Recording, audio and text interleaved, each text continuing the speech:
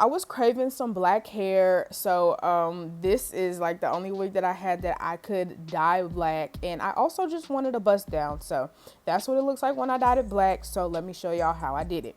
So the first thing I did was I grabbed a ruby red. So the rule is you're supposed to use a filler color before you dye your wig red. I mean, before you dye your wig black. So the filler colors are orange, black, and orange, brown, and red. So I just decided to use a red because that's all I had. And it doesn't have to be perfect. I just needed the red to be on there. So the next thing I did was I wanted to add an extra bundle to it. I mean, there was nothing wrong with the wig itself, but it was kind of like feathery. Like I wanted to add some more weight to it.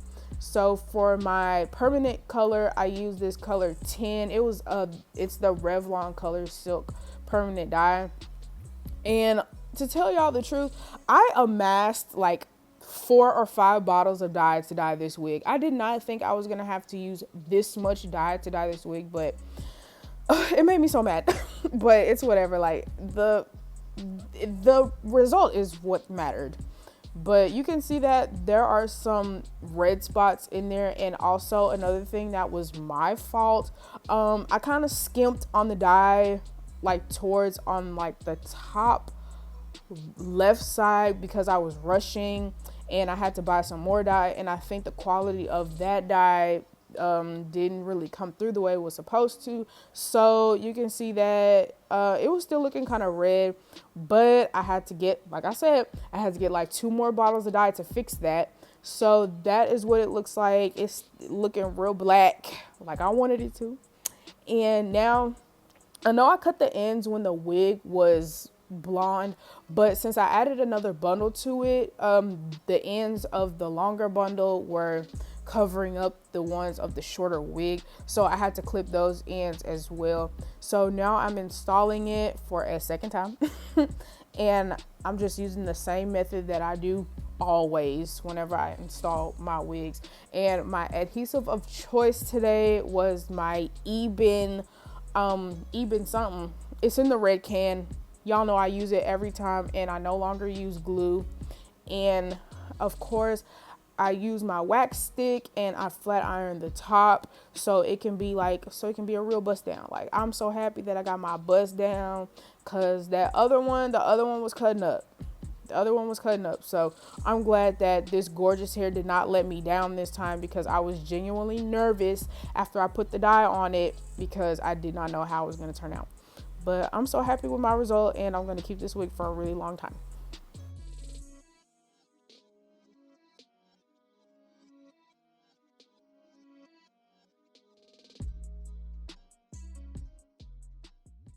What the wig looks like after I colored, installed, and styled this wig. It's actually been another day since I've done this. Footage of me installing the wig before. There was some problems with the way I sewed the tracks, and it was looking a little bumpy, so I just took the tracks out and sewed it somewhere else in the wig to where it'll still look flat. But y'all, like